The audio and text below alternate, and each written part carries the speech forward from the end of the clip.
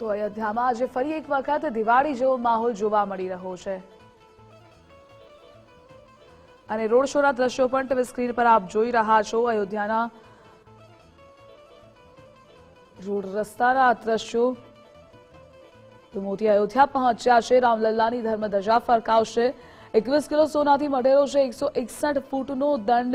મંદિરની અલગ અલગ તસવીરો મોટા પ્રમાણમાં આપ જોઈ રહ્યા છો। અયોધ્યાવાસીઓ પણ વડાપ્રધાનની એક ઝલક જોવા માટે ત્યાં આગળ પહોંચી ચૂક્યા છે। વડાપ્રધાન લોકોનું અભિવાદન પણ ઝીલી રહ્યા છે। રામલલ્લાના દર્શન અને પૂજા વડાપ્રધાન કરશે। અલગ અલગ બેનર્સ હાથમાં तिरंगा સાથે અયોધ્યા અને વારાણસી પ્રયાગરાજથી પણ અનેક લોકો અહીંયા ઉમટ્યા છે। નાના બાળકો, મહિલાઓ, યુવાનો સૌ કોઈમાં એક અલગ જ ઉત્સાહ છે। अलग अलग आकर्षणના કેન્દ્રો બનાવવામાં આવ્યા છે। વડાપ્રધાનને આવકારવા માટે સ્ટેજ બનાવવામાં આવ્યા છે।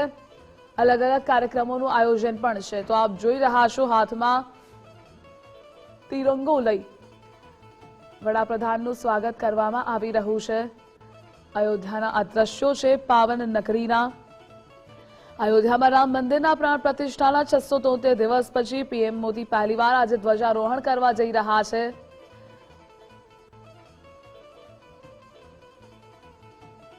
तो केसरिया ध्वजा मंदिरना 161 फूट ऊंचा शिखर पर फरकाशे। जो कि आ पछी राम मंदिरने पूर्ण मानवामां आवशे तेवुं पण कहेवामां आवी रह्युं छे। आ एस्टिमेटेड 7000 लोको हाजर रहेवाना छे। 1.5 किलोमीटरनो वडाप्रधान आ रोड शो करी रह्या छे। मोदी मोदीना नारा लागी रह्या छे। जो अयोध्यामां पण विकासना कामो थया छे तेने पण लोको बिरदावी रह्या छे। अलग अलग स्टेज बनाववामां आव्या छे। दिव्य भव्य वडाप्रधान लोकोનું અભિવાદન ઝીલતા પણ તમે સ્ક્રીન પર આપ જોઈ રહ્યા છો।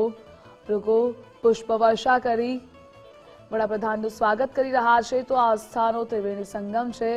જય શ્રી રામના નારા પણ ઠેર ઠેર લાગી રહ્યા છે। આજે ફરી એકવાર દિવાળી જેવો માહોલ છે। વડાપ્રધાન મોદીનો આ ભવ્ય રોડ શો જેના દ્રશ્યો આપ જોઈ રહ્યા છો અને રામશેખર પર ગુજરાતી કળા નિખરશે કારણ કે ખાસ આ ધ્વજાનું तैयार अमदावाद खाते करवामां आवी छे। विशेषताओं पण आ ध्वजानी एटली ज छे। तो कण कणमां अहींया राम वसे छे। आस्था, उमंग अने आनंदनो त्रिवेणी संगम पण ए अयोध्याना रस्ताओं पर पण आप जोई रह्या छो। तो मेगा रोड शो वडाप्रधान करी रह्या छे। अयोध्या खाते मंदिरमां पूजा अर्चना पण वडाप्रधान करवाना छे। तो ध्वजारोहण पहला रामलल्लाना दर्शन वडाप्रधान करशे। 1.5 किलोमीटरनो आ रोड शो छे। साकेत कॉलेजथी श्री राम जन्मभूमि मंदिर सुधी भव्य रोड शो छे अने आ मुद्दे संवाददाता देवनाथ जोડાયેલા છે। देवनाथ, वडाप्रधान रोड शो करी रह्या छे। मोटा प्रमाणमां अयोध्यावासीओ त्यां पहोंच्या छे। उत्साह, उमंग अने भक्तिनो अनेरो संगम छे। बिल्कुल प्रवेशा, देखिए अयोध्या के ऐतिहासिक राम मंदिर में आज एक और ऐतिहासिक दिन है। आज जैसे हमने जिक्र किया कि आज राष्ट्रीय ध्वजारोहण का कार्यक्रम होना है और प्रधानमंत्री नरेंद्र मोदी अयोध्या पहुंच चुके हैं और अयोध्या पहुंचने के बाद जो रोड शो होता है वो शुरू हो चुका है। प्रधानमंत्री नरेंद्र मोदी सबसे पहले महर्षि वाल्मीकि एयरपोर्ट से जो है हेलीकॉप्टर द्वारा साकेत महाविद्यालय में पहुंचे हैं, जो अयोध्या से महज 3 से 4 किलोमीटर की दूरी पर, और यहाँ से उनका रोड शो अब शुरू हो चुका है। और ये रोड शो जो जाएगा वो 1 किलोमीटर से 1.5 किलोमीटर के बीच में जाएगा और प्रधानमंत्री नरेंद्र मोदी का इस दौरान जगह जगह पर ठीक वैसे ही स्वागत किया जाएगा जैसा हमने प्राण प्रतिष्ठा के वक्त देखा था। जब अयोध्या में आप किसी भी तरह से, मतलब चारों दिशाओं में से आप कहीं से भी प्रवेश कर रहे थे तो जगह जगह पर तमाम ऐसे एक तरह से सांस्कृतिक कार्यक्रम के लिए जगह बनाए गए थे, स्थल बनाए गए थे। ठीक उस तरह की तैयारियां आज भी यहाँ पर देखने को मिल रही हैं। करीब 12 जगहों पर प्रधानमंत्री नरेंद्र मोदी का इस रोड शो के दौरान सांस्कृतिक मंचों से जो स्वागत समारोह होता है वो होगा।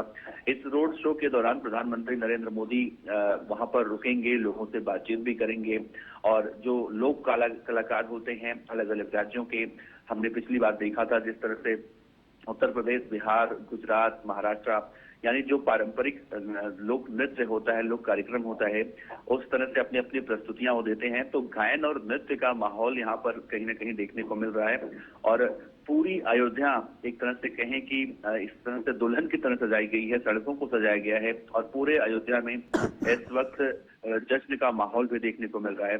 प्रधानमंत्री नरेंद्र मोदी जब प्रधानमंत्री बने थे, सभी देशवासियों को कहीं ना कहीं ये लग गया था कि बहुत जल्दी अयोध्या का जो एक लंबा इंतजार है वो खत्म होगा।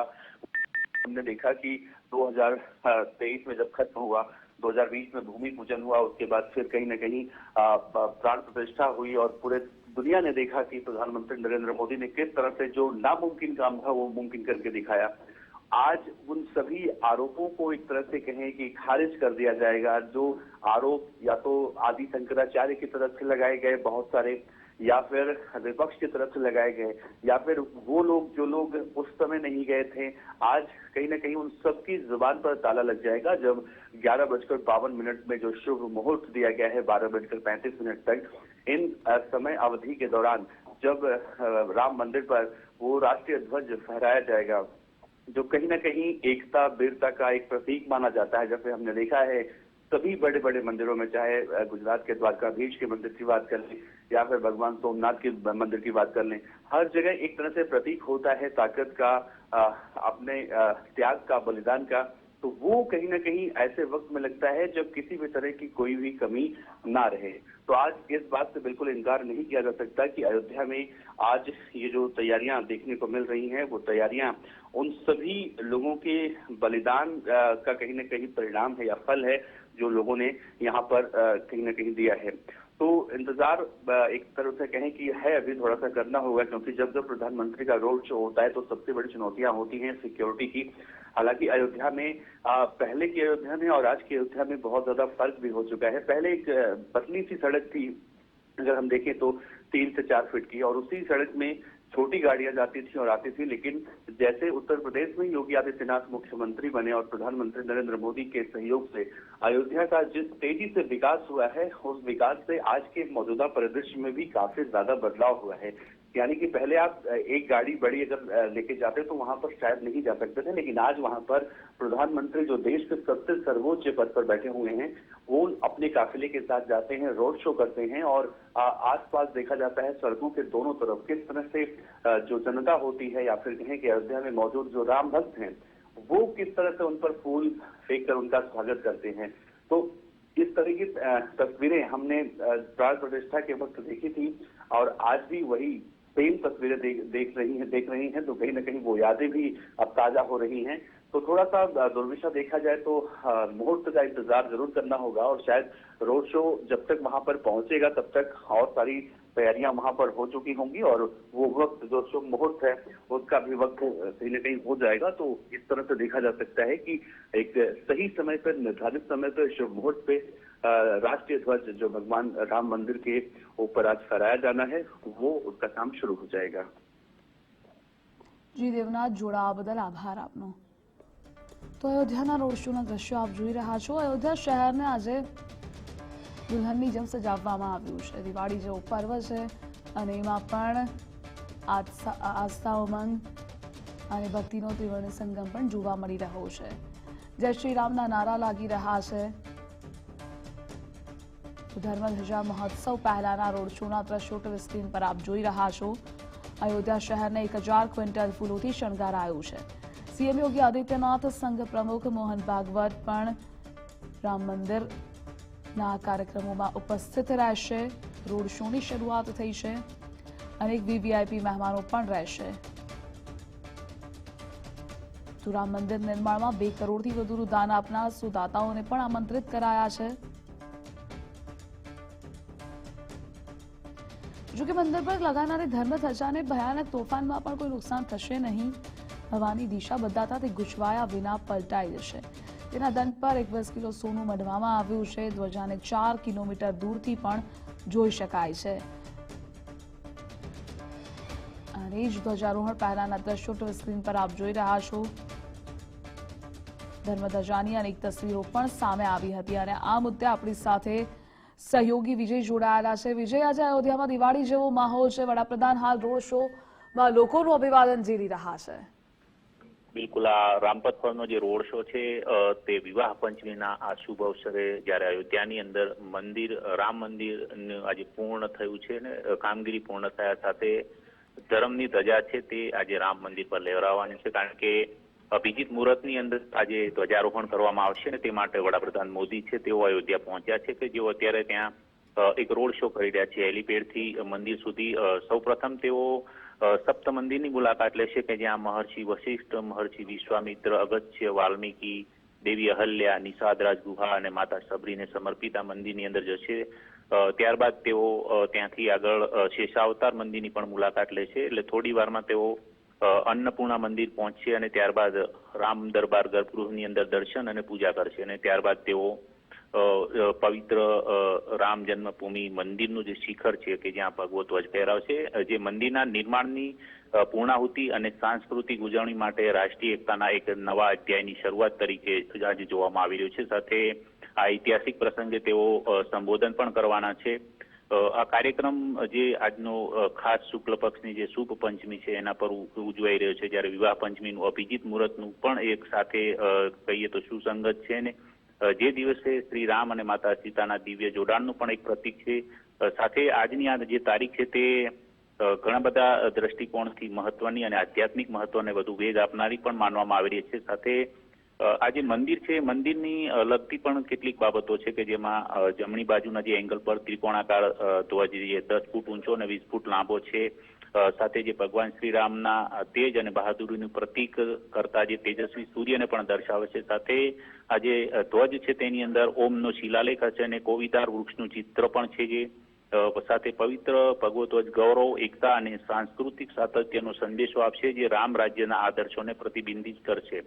સાથે સાથે જે આ ઉત્તર ભારતીય નાગર સ્થાપત્ય શૈલીમાં બનેલા જે શિખર છે તેના પર આજે આ શિખર પર ધ્વજ લહેરાશે અને તેનાથી મંદિરની આસપાસનો જે 800 મીટરનો વિસ્તાર છે એ પણ એક પરકોટા જે દક્ષિણ ભારતીય સ્થાપત્ય પરંપરામાં ડિઝાઇન કરવામાં આવેલો છે, જે મંદિરની સ્થાપત્ય વિવિધતાને પણ દર્શાવે છે. અને સાથે આજે ઉત્સવ જે મનાવાઈ રહ્યો છે જેમાં ધ્વજારોહણ મહોત્સવ, તેની અંદર દેશ વિદેશમાંથી 8000 જેટલા જે આમંત્રિત મહેમાનો છે ઉપસ્થિત છે. સાથે આરએસએસના વડા જે મોહન ભાગવત છે, મુખ્યમંત્રી યોગી આદિત્યનાથ છે, રાજ્યપાલ આનંદીબેન પટેલ છે, એ સહિત અનેક ભક્તો છે તેઓ રામલલાના દર્શનાર્થે અને આ મહોત્સવની અંદર સહભાગિતા દર્શાવવાની સાથે રામલલાના દર્શનમાં આ ઐતિહાસિક પ્રસંગમાં ઉપસ્થિતિ માટે દેશ વિદેશમાંથી પહોંચ્યા છે.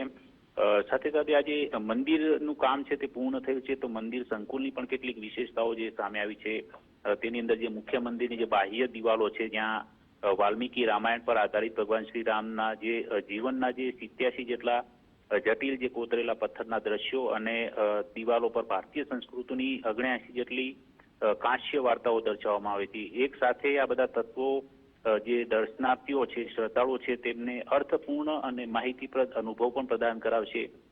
ભગવાન શ્રી રામના જીવન અને ભારતના જે સાંસ્કૃતિક વારસાની ઊંડી સમજણ પણ પ્રદાન કરશે. એટલે આજે આ ઉત્સવ અયોધ્યાની અંદર છે, જેની અંદર કુલ વડાપ્રધાન 3 કલાક જેટલો સમય પસાર કરવાના છે અને સાથે સાથે તેઓ એક ઐતિહાસિક સભાને પણ સંબોધિત કરવાના છે. પરંતુ અગત્યનું જે આ છે એ ધ્વજાને લઈને છે, કારણ કે જે ધ્વજા છે તે અમદાવાદની અંદર બની છે. આ ધ્વજા જે બપોરે અભિજીત મુહૂર્તની અંદર છે પીએમ મોદી છે મંદિર પર ફરકાવશે. તેને લઈને આજે જોકે અયોધ્યા પહોંચતા પૂર્વે તેમને કહ્યું હતું કે ભગવાન રામલલાના દર્શન અને પૂજા કરવાની સાથે સાથે તેમણે એવું પણ કહ્યું છે કે ભગવાન શ્રીરામ એ ભારતનો આત્મા છે અને તેમની ચેતના અને ગૌરવનો પણ આધાર છે. પીએમ મોદી એ પણ કહ્યું કે અયોધ્યામાં જે દિવ્ય અને ભવ્ય શ્રી રામ જન્મભૂમિ મંદિરના સંકુલની અંદર દર્શન અને પૂજા કરવી એ મારા માટે ખૂબ સૌભાગ્યની વાત છે. સાથે તેમણે એવું પણ કહ્યું છે કે પવિત્ર મંદિર ઉપર કેસરિયા ધ્વજ ફરકાવવાની ઐતિહાસિક ક્ષણનો હું સાક્ષી બનવા જઈ રહ્યો છું અને અત્યારે તેઓ અયોધ્યાની અંદર પહોંચી ચૂક્યા છે. રામપથ પરનો આ રોડ શો પૂર્ણ થયા બાદ તેઓ ઔપચારિક રીતે જે આ સમગ્ર કાર્યક્રમ છે તેની અંદર જોડાવાના છે. સાથે તેમણે પીએમ મોદીએ પણ કહ્યું છે કે આ જે કેસરીયો ધ્વજ છે તે ભગવાન શ્રીરામના તેજ, શૌર્ય અને તેમના આદર્શો તેમજ આપણી જે શ્રદ્ધા, આધ્યાત્મિકતા અને સાંસ્કૃતિક વારસાનું એક આ પ્રતીક પણ છે. એટલે આ સૌથી અગત્યનું છે. વૈદિક મંત્રોચ્ચાર સાથે આજે ધ્વજારોહણ છે તે પ્રારંભ થશે કે જેની અંદર 161 ફૂટ ઊંચું જે શિખર છે કે જ્યાં 42 ફૂટનો જે ધ્વજસ્તંભ છે કે જ્યાં 22 ફૂટ લાંબી અને 11 ફૂટ પહોળી જે આ ધર્મ ધજા છે એ આજથી રામ મંદિર પર લહેરાય છે. અને ભારતની અંદર સનાતન ધર્મની દ્રષ્ટિએ જોઈએ તો રામ રાજ્યનો આજથી પ્રારંભ થશે એવું પણ કહી શકાય છે.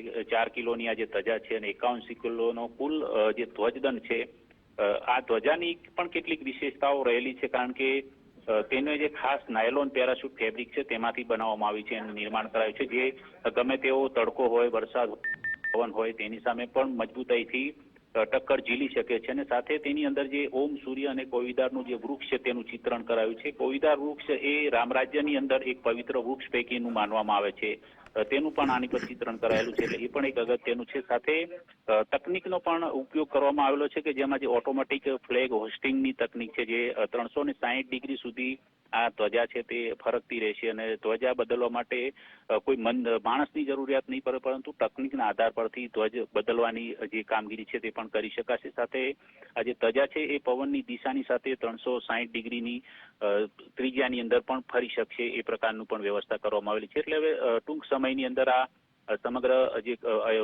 કાર્યક્રમ છે તે શરૂ થવા જઈ રહ્યો છે. 44 મિનિટનું જે ખાસ શુભ મુહૂર્ત છે તેની અંદર આ સમગ્ર ધ્વજારોહણની જે વિધિ છે તે પૂર્ણ કરવામાં આવશે, જે 11:45 થી લઈને 12:29 કલાક સુધીનું આ શુભ મુહૂર્ત રહેશે, જેની અંદર વડાપ્રધાન મોદી આ ભવ્ય આયોજનની અંદર રામ મંદિર પર ધ્વજારોહણ કરશે. સાથે આ મહોત્સવને લઈને અયોધ્યા નગરીને જે પ્રકારની સજાવટ કરવામાં આવી છે, 500 ક્વિન્ટલ જેટલા ફૂલ સાથે મંદિરની સજાવટ કરવામાં આવી છે. સાથે આજે મહાઅનુષ્ઠાનની સાથે સાથે જે રંગબેરંગી રોશનીથી પ્રભુ રામની નગરી અત્યારે ઝગમગ થઈ રહી છે. સાથે સુરક્ષા વ્યવસ્થાને લઈને પણ સઘન વ્યવસ્થા કરવામાં આવી છે, કારણ કે વડાપ્રધાનની સાથે અનેક વીવીઆઈપી છે, તેઓ તે કુલ મળીને 8000 જેટલા મહેમાનો છે એ પણ આની અંદર ઉપસ્થિત છે. તેને કારણે ખાસ સુરક્ષા વ્યવસ્થા કરવામાં આવી છે. થોડી જ વારમાં આજે સમગ્ર કાર્યક્રમ શરૂ થવા જઈ રહ્યો છે. તેને લઈને જો કે મંદિર તરફથી આજે જે અન્ય જે શ્રદ્ધાળુઓ જે દેશમાંથી આવનારા છે તે શ્રદ્ધાળુઓ આજે દર્શન નહીં કરી શકે, તે પ્રકારનું પણ નિવેદન સામે આવ્યું છે, કારણ કે વીવીઆઈપી મુવમેન્ટના કારણે સુરક્ષા કારણોસર એ આપવામાં આવ્યું છે. અને આવતીકાલથી અન્ય દર્શનાર્થીઓ છે તે પણ જે પૂર્ણ રામ મંદિર, કારણ કે મંદિરનું નિર્માણ આજથી પૂર્ણ થયેલું માનવામાં આવશે અને ધર્મ ધજા છે આજથી રામ મંદિર પર લહેરાશે. જી વિજય, જોડાવા બદલ આભાર આપનો.